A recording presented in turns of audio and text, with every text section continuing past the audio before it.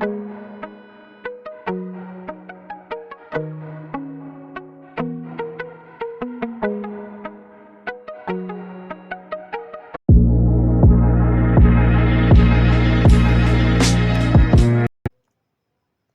दोस्तों, एक बार फिर से स्वागत है आप सभी का आपके अपने चैनल टारगेट एट वन पे।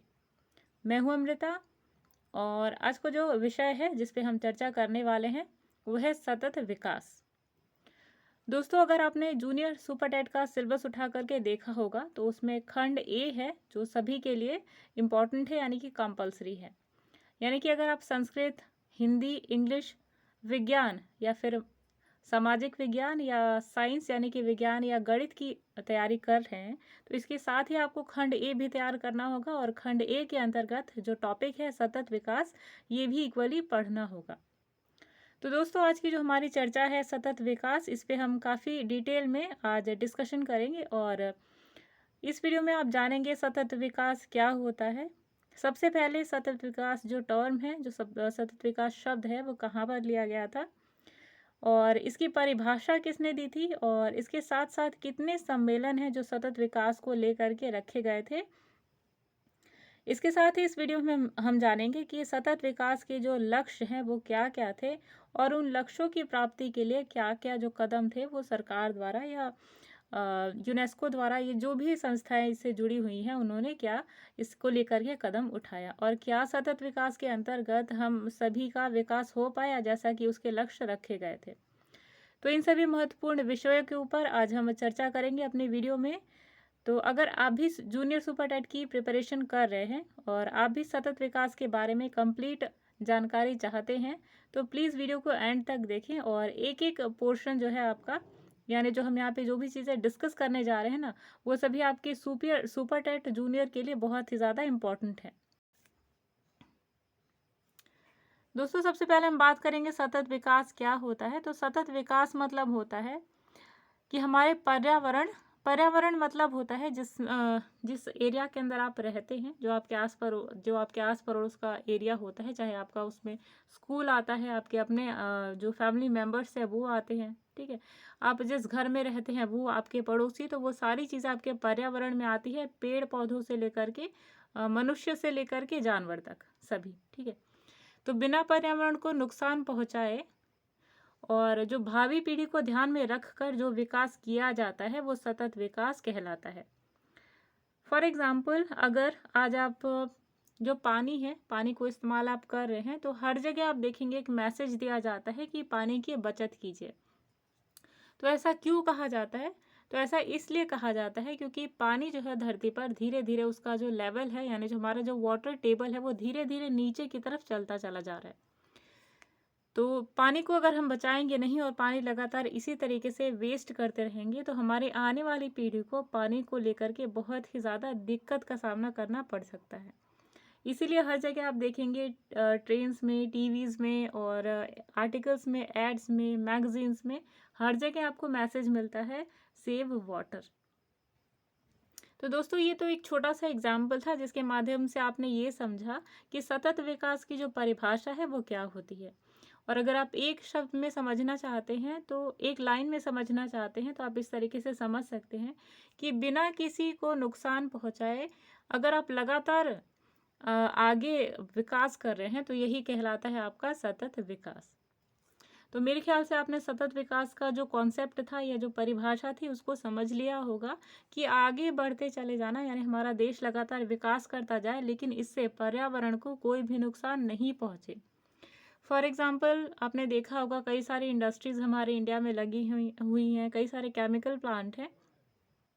तो ये जो केमिकल प्लांट है या उनसे जो भी कुछ इंडस्ट्रीज से बन रहा है, उससे अगर पॉल्यूशन क्रिएट ना हो और वो लगातार वो उस फैक्ट्री में या उस कंपनी में जो भी चीज़ बन रही है वो हमारे देश के डेवलपमेंट के लिए हेल्प करती है बिना किसी पॉल्यूशन के, तो ये जो कार्य है हमारा वो सतत विकास कहलाएगा, सतत विकास के अंतर्गत आता है।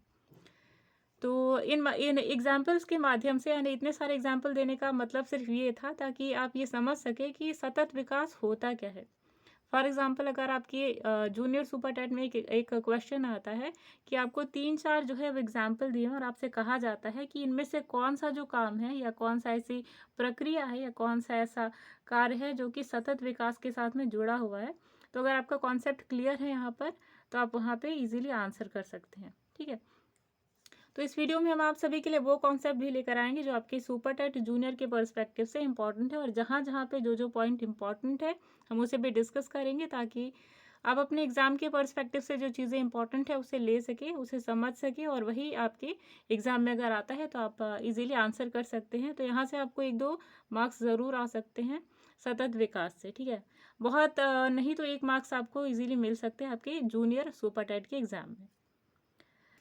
चलिए आगे बढ़ते हैं। तो यहाँ पर देखिए एक इम्पॉर्टेंट कॉन्सेप्ट आप सभी के सामने आता है कि पहली बार सतत विकास का नाम कहाँ पर आया था।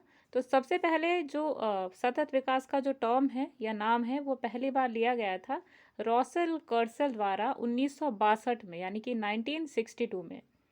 ये टर्म उन्होंने, यानी जो नाम है सतत विकास, ये उन्होंने अपनी जो बुक थी, ठीक है, उनकी बुक का नाम क्या था, द स्प्रिंग्स। ठीक है, तो उनकी जो बुक थी द स्प्रिंग्स, उनके अंदर उन्होंने सबसे पहले नाम लिया था सतत विकास का। ठीक है, तो ये भी आपके एग्जाम में क्वेश्चन आ सकता है कि सबसे पहले सतत विकास का जो नाम था वो कहाँ लिया गया था।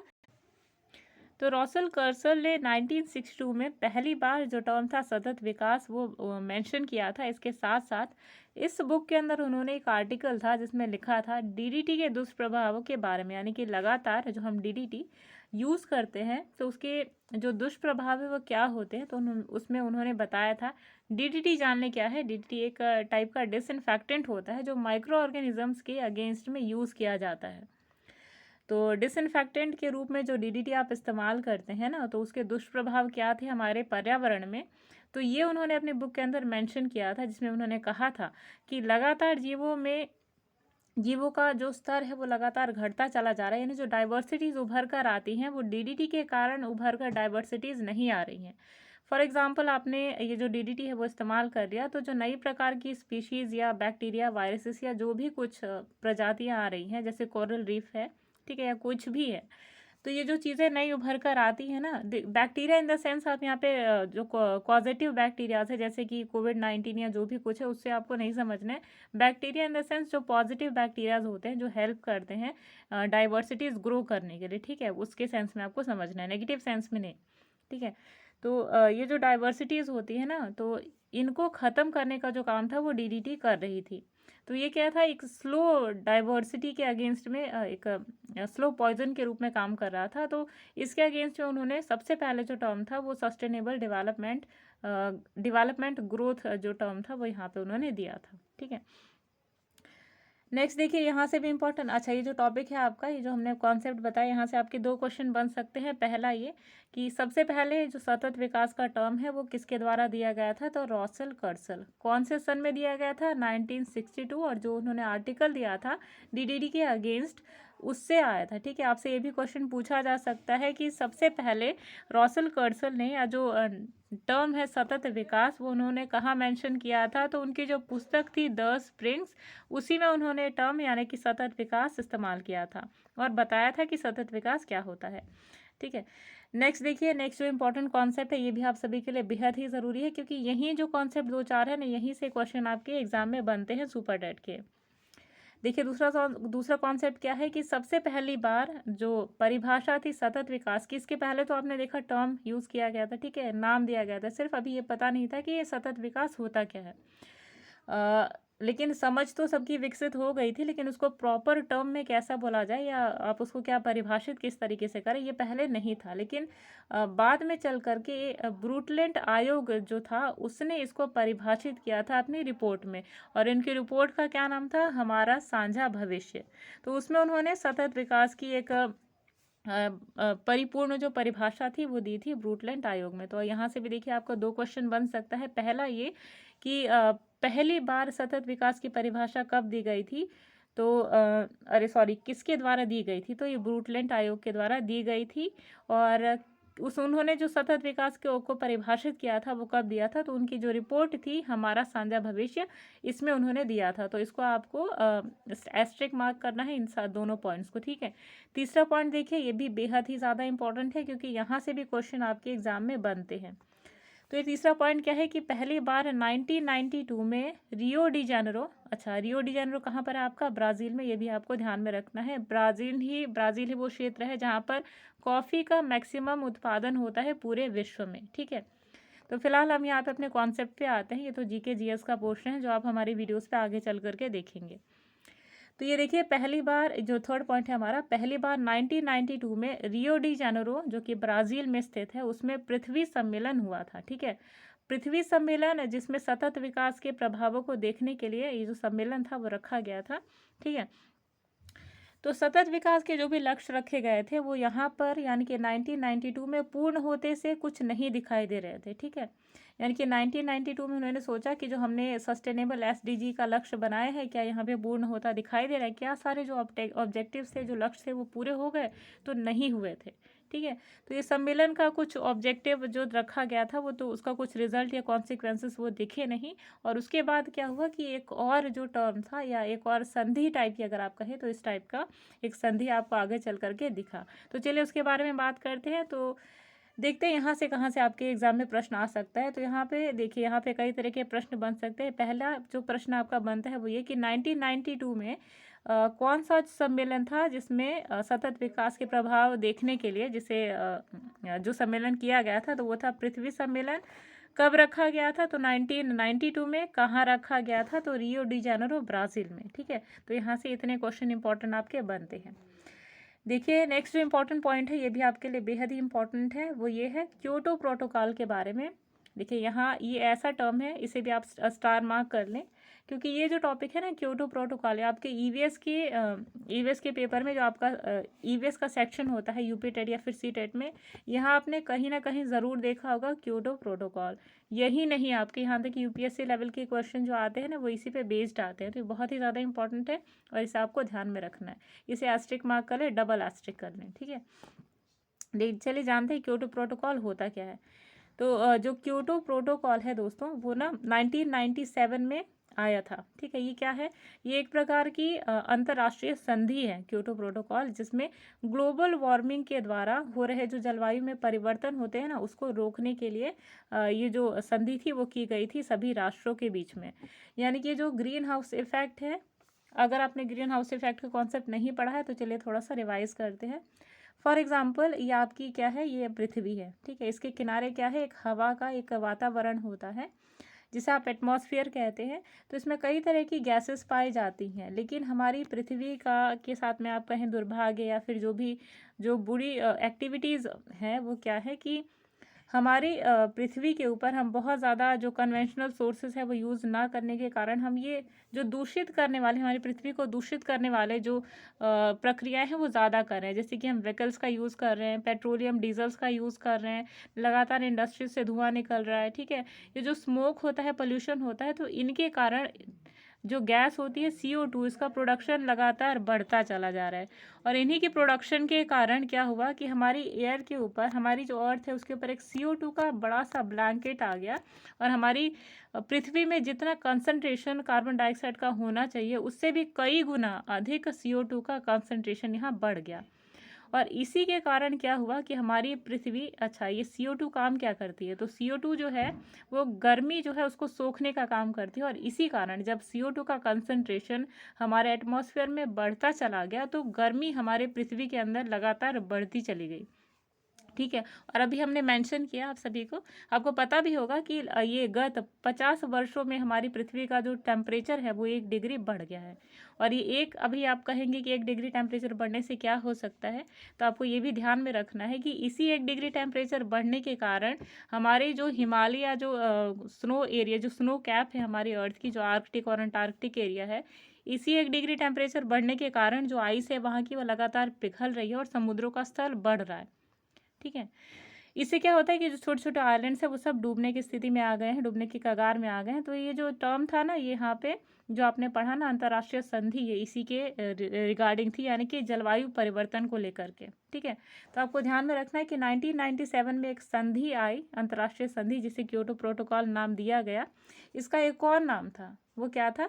रियो+5। रियो+5 इसका नाम इसलिए दिया गया क्योंकि 1992 में जब सम्मेलन हुआ था, पृथ्वी सम्मेलन, तो यहाँ पर जब सतत विकास का कोई जो ऑब्जेक्टिव था, जो लक्ष्य था, वो पूरा होता नहीं दिखाई दिया गया। तो 5 साल बाद फिर एक और संधि जो थी क्योटो प्रोटोकॉल, उसके अंतर्गत सतत विकास के जो लक्ष्य थे वो परिपूर्ण हुए या नहीं, ये देखने के लिए 1977 में फिर से क्योटो प्रोटोकॉल आया, यानी कि रियो+5 आया। लेकिन दुर्भाग्यवश यहाँ भी एसडीजी का, यानी कि जो सस्टेनेबल डेवलपमेंट ग्रोथ है, उसका भी कोई भी जो आउटकम है वो नहीं निकलता दिखाई दिया। तो यहाँ भी ये विफल ही रहा, आप यही समझ सकते हैं। ठीक है, चलिए अब बात करते हैं कि लक्ष्य क्या क्या है सस्टेनेबल डेवलपमेंट ग्रोथ को लेकर के। लेकिन देखें यहाँ इस टॉपिक से आपको क्या क्या क्वेश्चन है जो आपके एग्जाम्स में आ सकते हैं। तो पहला जो क्वेश्चन है आपका वो ये आएगा कि कब क्योटो प्रोटोकॉल हुआ था? तो 1997 में क्योटो प्रोटोकॉल हुआ था। और दूसरी चीज़ है, इसका दूसरा नाम क्या है? तो इसका नाम है रियो+5। ठीक है, क्योटो प्रोटोकॉल है क्या?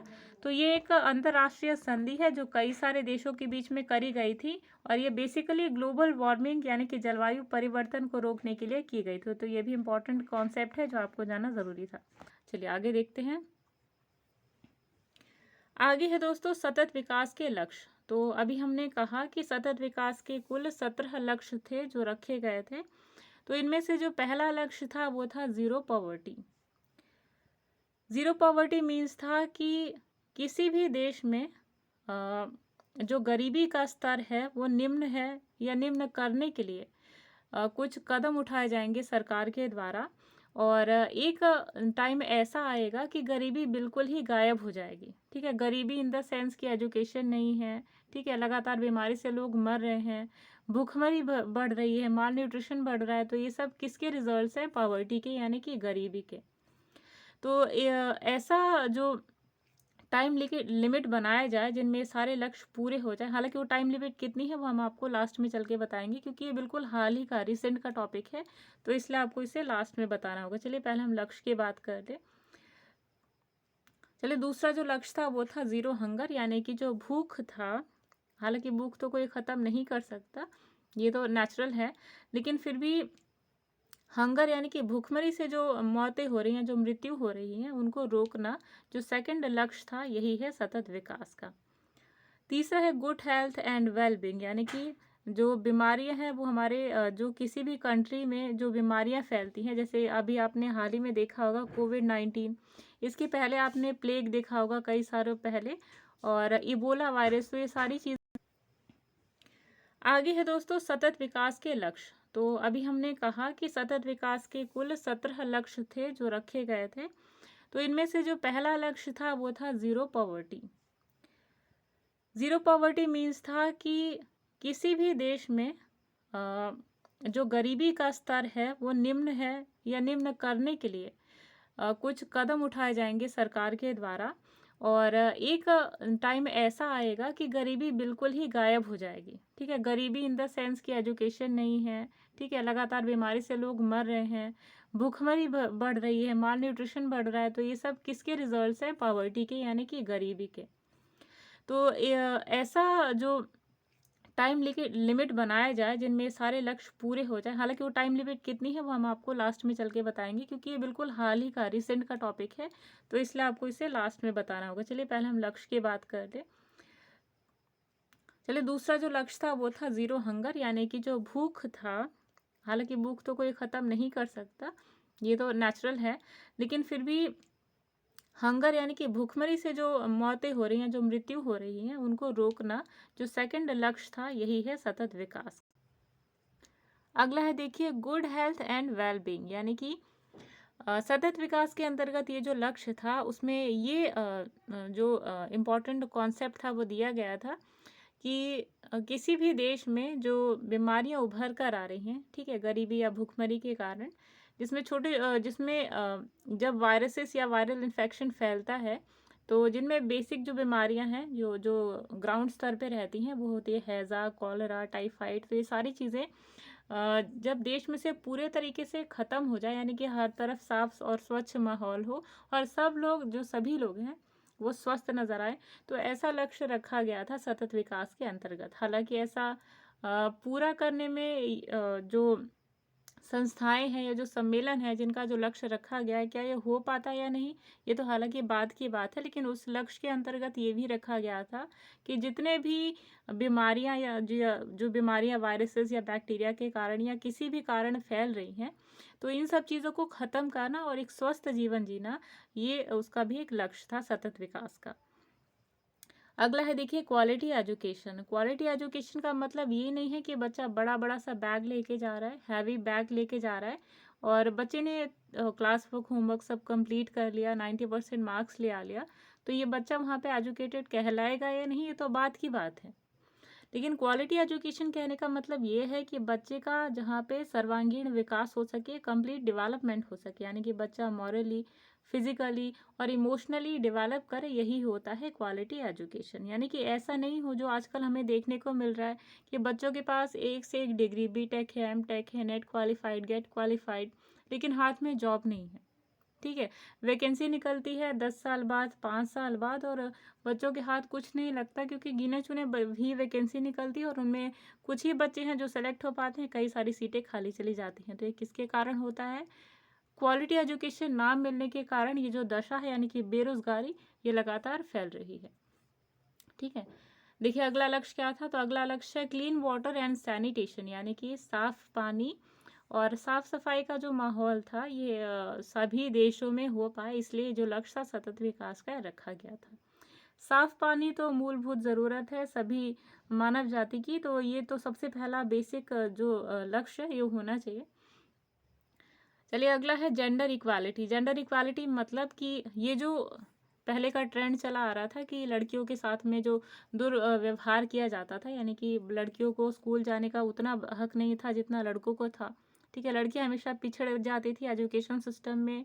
प्लेज में भी अगर आप देखेंगे तो लड़का है तो क्रिकेट खेलेगा, लड़की है तो नहीं खेल पाएगी। ठीक है, लड़का फुटबॉल खेलेगा, लड़की नहीं खेल पाएगी। तो यहाँ पे जो दो भावनाएं रखी जा रही थी दो अलग अलग जेंडर के प्रति, इसे ख़त्म करना और जेंडर इक्वालिटी, यानी कि लड़का भी वो काम कर सकता है जो लड़की कर सकती है, यानी कि लड़का भी सब्जी बना सकता है, घर के काम कर सकता है, और लड़की भी इंजीनियरिंग पढ़ सकती है, क्रिकेट खेल सकते हैं, और लड़का भी। तो ये जो फीलिंग थी यानी कि जेंडर इक्वालिटी की, वो यहाँ पे लाई जाए। अगला है अफोर्डेबल एंड क्लीन एनर्जी, यानी कि अगर एनर्जी हमारे देश में एनर्जी का या ऊर्जा का अगर प्रोडक्शन हो रहा है तो वो क्लीन और अफोर्डेबल होना चाहिए, यानी कि ज़्यादा कॉस्टली नहीं होना चाहिए, कन्वेंशनल होना चाहिए और साफ़ सुथरा। यानी कि कोयला जला जला कर एनर्जी हम क्रिएट तो कर रहे हैं, लेकिन हमारे पोल्यूशन पे कितना बैड इफेक्ट डाल रहा है हम इससे भी तो अवेयर हैं, तो वो आपकी क्लीन एनर्जी नहीं कहलाएगी। ठीक है, अच्छा, न्यूक्लियर रिएक्टर्स में न्यूक्लियर रिएक्शन करवा रहे हैं, लेकिन उसका भी तो बैड इफेक्ट, हमारी उसकी जो रेडिएशंस हैं वो भी तो हमारी पृथ्वी पे पड़ रही हैं, तो ये आपका अफोर्डेबल एंड क्लीन एनर्जी नहीं कहलाएगा। विंड एनर्जी, हाँ, ये आपका कहला सकता है affordable and clean energy. Solar energies भी कहला सकती हैं। ठीक है, टाइडल एनर्जीज जो है वो कहला सकती हैं। तो कई सारे एनर्जी के फॉर्म है जहाँ पर हमारे पर्यावरण को कोई भी नुकसान नहीं होता और लगातार साफ, स्वच्छ और अफोर्डेबल एनर्जी हमें मिलती है। या मिले, सॉरी, मिलती है नहीं, मिले। अगला है देखिए decent work and economic growth, यानी कि जो जो हमारे देश के लिए इम्पोर्टेंट टास्क है, जैसे कि लगातार इंडस्ट्रीज़ का डेवलपमेंट, ठीक है, और जो बिजनेसेस हैं उनका डेवलपमेंट। ठीक है, इन सारी चीज़ों को अगर ध्यान में रखा जाए तो इन सभी में काफ़ी फाइनेंशियल सपोर्ट की ज़रूरत होती है।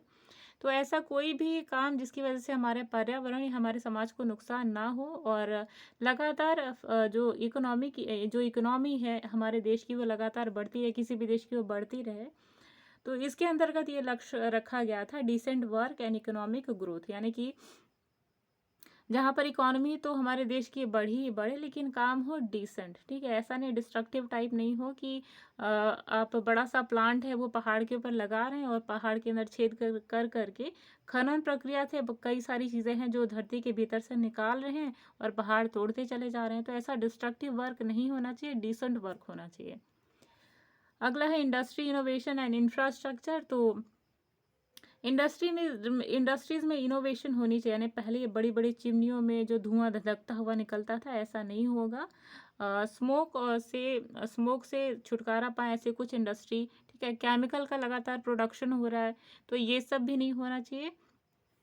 और इंफ्रास्ट्रक्चर पे बेसिकली जोर दिया गया था सतत विकास के अंतर्गत। जो हमारे देश का बड़ी बड़ी इंडस्ट्रीज में जो इंफ्रास्ट्रक्चर होता है, ठीक है, इनोवेशन होते हैं, तो उनके अंतर्गत ये सब बातें कही गई थी इस लक्ष्य के अंतर्गत, ठीक है। अगला है रिड्यूस इनइक्वालिटी, यानी कि हर जगह आप देखेंगे तो इनइक्वालिटी है, ठीक है। आप स्कूल में जाएं, घर में जाएं, कहीं पे भी, तो इस इनइक्वालिटी को ख़त्म करने के लिए बड़े लेवल की यहाँ पे बात करी जा रही है। जैसे कि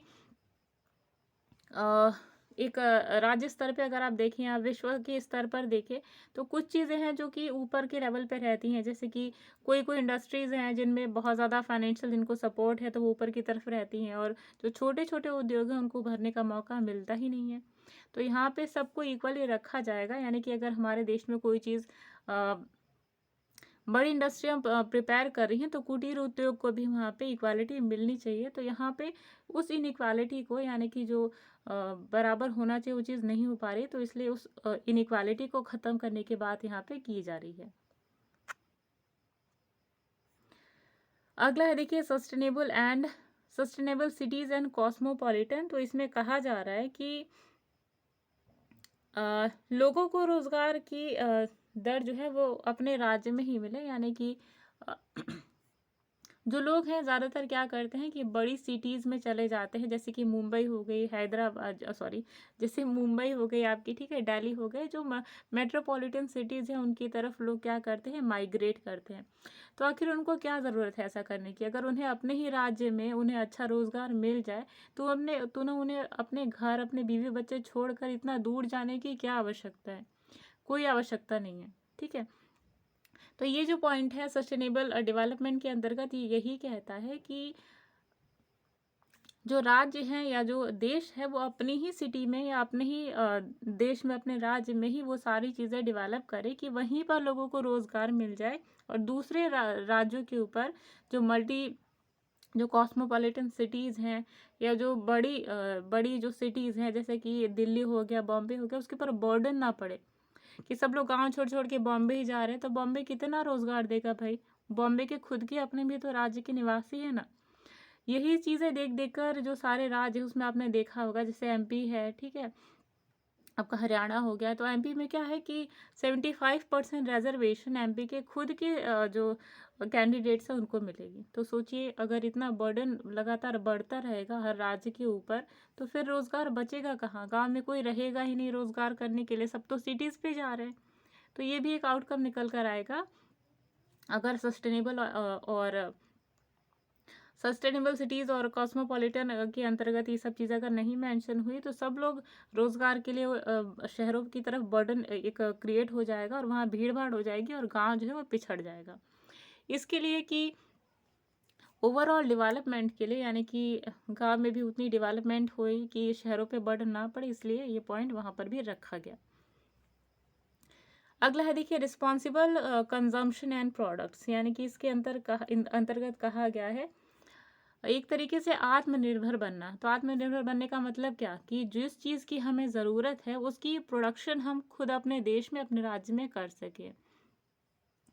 फॉर एग्ज़ाम्पल, हमें नारियल तेल की ज़रूरत है, तो हमें बाहर से ना मंगाना पड़े, ठीक है। तो और जैसे कॉफ़ी वगैरह है, मसाले हैं, ठीक है, और केमिकल्स वगैरह हैं जिनकी भी ज़रूरत है, तो हम अपने देश में खुद बना सकें, हमें बाहर से किसी और कंट्री के ऊपर डिपेंडेंट होने की ज़रूरत ना पड़े, आयात करने की ज़रूरत ना पड़े। हम निर्यात तो करें लेकिन आयात करने की ज़रूरत ना पड़े, ठीक है। तो इसलिए पॉइंट रखा गया था। अच्छा, अब से भी कहा जा सकता है कि आयात निर्यात का फ़र्क क्या पड़ता है। तो दोस्तों, जब हम चीज़ें निर्यात करते हैं ना, तो हमें हमारे देश को ना फाइनेंशियली बहुत फ़ायदा होता है। अगर हम कोई चीज़ बेचेंगे तो हमें बदले में कुछ करेंसी भी तो मिलेगी, कुछ पैसे भी तो मिलेंगे ना। तो जब हम चीज़ें निर्यात करते हैं तो उस समय फ़ायदा होता है, आयात करते हैं तो हमें नुकसान भी होता है, ठीक है। हालांकि इनोवेशन देखने को मिलती है, जब आप कोई चीज़ निर्यात करते हैं तो नई तरह की चीज़ें भी देखने को मिलती हैं, तो ये भी एस्पेक्ट इसका है, ठीक है। कोई भी चीज़ बुरी नहीं होती अगर आप उसका अच्छा और बुरा दोनों एस्पेक्ट देखते हैं तो। अगला है देखिए क्लाइमेट चेंज। तो इसका लक्ष्य ये है कि जो CO2 का लगातार जो प्रोडक्शन हो रहा है ज़्यादा, तो इससे क्या होता है हमारे देश का नहीं, सॉरी, हमारी पृथ्वी का जो टेम्परेचर है ना वो लगातार बढ़ता जा रहा है। तो और पोल्यूशन के कारण भी काफ़ी ज़्यादा जो गैसें हैं वो हमारे एटमॉस्फेयर में फैल गई हैं। नॉइज़ पोल्यूशन है, ठीक है, सॉइल पोल्यूशन है, तो कई सारे जो पोल्यूशन है वो बदलती लाइफस्टाइल के कारण देखे जा रहे हैं। तो उन सभी को कंट्रोल करने के लिए ये लक्ष्य है जो क्लाइमेट चेंज एक्शन उसको रखा गया। देखिए लाइफ लाइफ होना चाहिए, सॉरी, लाइफ बिलो वाटर ना। तो इसका देखिए क्या मतलब है यहाँ पर। इसका मतलब है कि जो पानी है उसके पानी के गिरते स्तर को कंट्रोल करने के लिए हम अपनी लाइफस्टाइल कुछ ऐसा बनाएं कि हमारा थोड़ा पानी से ही काम चल जाए। तो उसके अंतर्गत ये लक्ष्य आता है। तो इसमें ज़्यादा कुछ समझाने को तो है नहीं, तो उसको छोड़िए। लाइफ एंड लैंड, यानी कि लैंड एरिया में जितने भी लैंड एरिया हैं उनको हमें क्या करना है, दूषित होने से बचाना है, और वहाँ पर जितनी हो सके उतनी प्लांटेशन लगानी है, और इसके साथ साथ उन्हें साफ रखना है, ठीक है। ये नहीं कि लगातार बिल्डिंग्स बनाते चले जा रहे हैं और जो लैंड एरिया इस तरीके से तो लगातार बढ़ता चला जाएगा। तो इसको भी ध्यान में रख करके लाइफ एंड लैंड, यानी लैंड के ऊपर जो लाइफ है उसे भी हमें एक प्रॉपर वे में लेके चलना है, ठीक है। अगला है देखिए पीस एंड जस्टिस। तो पीस एंड जस्टिस का सिर्फ एक ही लक्ष्य है।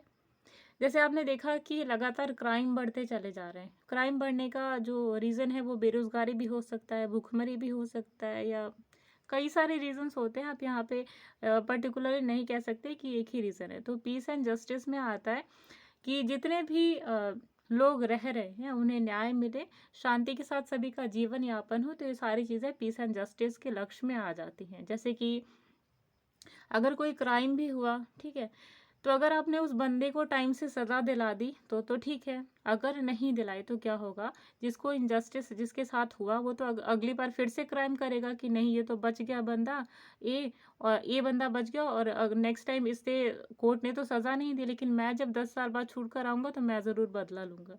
तो इस टाइप की जो चीज़ें हैं वो ना देखने को मिले कि एक क्रिमिनल को सज़ा अगर आपने नहीं दी तो कल को 10 क्रिमिनल फिर से पैदा हो सकते हैं। तो ये कंडीशन ना होए, इसलिए सतत विकास के अंतर्गत पीस और जस्टिस को रखा गया था।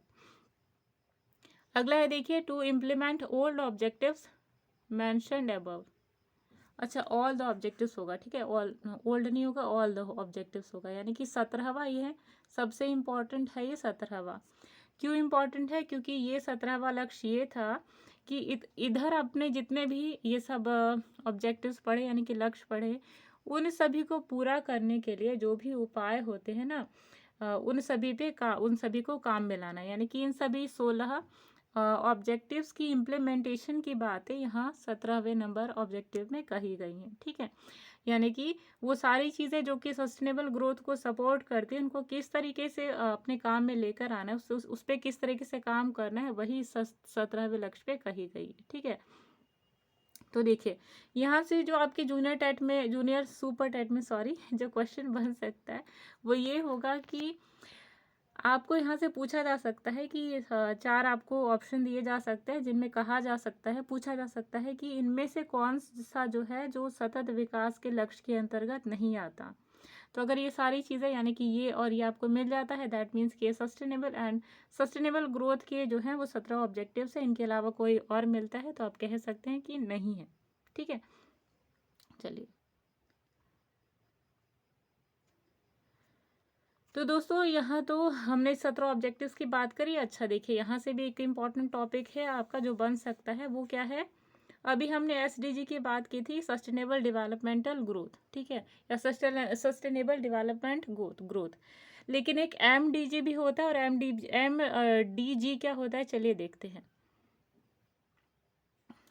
देखिए पहली चीज़ आपको देखनी ये ज़रूरी है कि एक सस्टेनेबल डेवलपमेंट ग्रोथ जो होता है ना, इसकी एक रैंकिंग भी निकलती है, ये चेक करने के लिए कि SDG यानी कि जो सतत विकास है वो कितना हुआ, ठीक है। तो इसकी जो लिस्ट निकलती है या जो रैंक निकलता है वो 2016 में लास्ट रैंक निकाली गई थी। तो 2016 में जो रैंक निकाली गई थी उसमें अपने भारत का जो रैंक था वो था 145, ठीक है। इतना ख़राब स्तर भी नहीं है, क्योंकि जितना हमारे पूरे विश्व में जितने देश हैं ना, उनके हिसाब से अपना इंडिया एक एवरेज रेट पे चल रहा है। तो आप ये भी नहीं कह सकते कि बहुत ज़्यादा पिछड़ा हुआ है, ये भी नहीं कह सकते कि बहुत ज़्यादा आगे है। तो ये भी चीज़ें इंपॉर्टेंट है आपके लिए जानना। दूसरा इंपॉर्टेंट चीज़ देखिए कि 2012 में एक आया था Rio+5 करके, यानी कि सतत विकास जब अ, पुराने ऑब्जेक्टिव्स जब नहीं पूरे हो पाए, तो 2020 में फिर से एक चेक करने के लिए Rio 5 करके एक टर्म आया। ठीक है, ये चेक करना इसका काम था कि क्या सतत विकास आया है कि नहीं। तो 2012 में भी हमने सभी जो लक्ष्य थे सतत विकास के, उन्हें पूरे नहीं किए थे। ठीक है, और क्या आपको आसान लगता है? ये 17 लक्ष्य पूरा करना बेहद ही मुश्किल है। आप पृथ्वी ना सही तो अपनी इंडिया में से पूरी गरीबी ख़त्म नहीं कर सकते, और या ख़त्म कर भी सकते हैं दोस्तों। हो सकता है कि कभी अपने देश में ऐसा टाइम आए कि कोई भी भूखा ना सोए। ठीक है, तो ये सब चीज़ें जो है ना, इन्हें काफ़ी टाइम लगता है, क्योंकि आप एक एक बंदे को यहाँ पे पकड़े, जितनी 125 करोड़ की अपनी जनसंख्या है, उनको रोज़गार देना है, तो ऐसा पॉसिबल नहीं। सब चीज़ें धीरे धीरे इम्प्लीमेंट करी जाती हैं। ठीक है, तो 2012 में भी इसे Rio+20 करके एक आया था टर्म। ठीक है, इसका काम ये था कि हमारे देश की जो ये जो SDG है, उसके जो लक्ष्य थे वो पूरे तरीके से पूरे हुए हैं या नहीं, ये चेक करने के लिए। तो तब भी यहाँ पे कोई टर्म नहीं आया था। ठीक है, तब भी SDG के जो ऑब्जेक्टिव्स थे वो फुलफिल नहीं हुए थे। तब 2000 में, यानी कि सन 2000 में एक MDG करके आया था। ठीक है, MDG मतलब होता है मिलेनियम डेवलपमेंटल ग्रोथ या मिलेनियम डेवलपमेंट ग्रोथ, जिसे हिंदी में सहस्त्राब्दी विकास लक्ष्य कहा गया। यानी कि MDG यानी कि जिसे सहस्त्राब्दी विकास लक्ष्य कहा गया था। ठीक है, कब आया था? 2000 में। ठीक है, और 2000 से 2015 के बीच में क्या क्या चेंजेस आए थे SDG को लेकर के, यही चेक करना इसका काम था। ठीक है, तो ये 2000 हालांकि जब 2000 ये 5 साल जो थे, ये इसमें SDG ना होकर MDG बनाया गया था, और जिसके अंतर्गत कुछ लक्ष्य रखे गए थे, लेकिन ये भी पूरे नहीं हो पाए। ठीक है, तो अब क्या हुआ? अब इसे बदल करके 2015 से लेके 2030 तक इसके लक्ष्य रखे गए हैं कि हम SDG यानी कि सस्टेनेबल डेवलपमेंट ग्रोथ जो है, क्या 2030 तक पूरे कर पाते हैं कि नहीं, ये लक्ष्य रखा गया है। और लक्ष्य वही है जो 17 हमने आपको बताए। ठीक है, चलिए, ये तो थे वो टॉपिक्स जहाँ से आपको क्वेश्चन पूछा जा सकता है। आपसे पूछा जा सकता है कि MDG क्या है, तो आपका है मिलेनियम डेवलपमेंट ग्रोथ, यानी कि सहस्त्राब्दी विकास लक्ष्य। ठीक, कब आया था? तो 2000 में आया था। कितने साल के लिए? तो 5 साल के लिए, यानी कि 2000 से लेकर 2015 तक। ठीक है, चलिए, इसके साथ ही कुछ और इम्पॉर्टेंट चीज़ें हैं जो आपको जाननी ज़रूरी है। आपसे पूछा जा सकता है कि SDG के तहत जो सबसे ज़्यादा डेवलपमेंट एरिया था वो कौन सा था? तो आपका जो इंदौर है, ये सबसे ज़्यादा स्वच्छ जो है वो शहर घोषित किया गया था, जबकि सबसे गंदा जो शहर है वो कानपुर को घोषित किया गया था। ठीक है, ये हम नहीं कह रहे, ये जो रिपोर्ट है या जो इंडेक्स आते हैं वो आपके बताते हैं। ठीक है, नेक्स्ट है केरला। सबसे आगे था SDG के तहत, सबसे आगे जो स्टेट था वो था केरला। ठीक है, 2019 में जारी रिपोर्ट के अकॉर्डिंग SDG के सारे ऑब्जेक्टिव्स या मैक्सिमम ऑब्जेक्टिव्स को फुलफिल करने वाला राज्य था केरला। ठीक है, और नीति आयोग द्वारा ये इंडेक्स जो था वो जारी किया जाता है। और नीति आयोग किसके बदले आया है, यानी किसका नाम बदल करके नीति आयोग कर दिया गया, आपसे ये भी पूछा जा सकता है। तो नीति आयोग जो है ना, पंचवर्षीय जो योजना होती थी उसके बदले में आपका नीति आयोग आया था। ठीक है, अच्छा, अगर केरला SDG के सारे या मैक्सिमम ऑब्जेक्टिव्स को फुलफिल करने वाला राज्य था, तो ऐसा कौन सा राज्य है जो एकदम लास्ट था? तो वो था बिहार। ठीक है, बिहार के CM कौन है? नीतीश कुमार, लगातार 7 बार बन चुके हैं या 7 बार बन चुके हैं वहाँ के CM। ठीक है, तो आपको पता करना है, पता रहना चाहिए।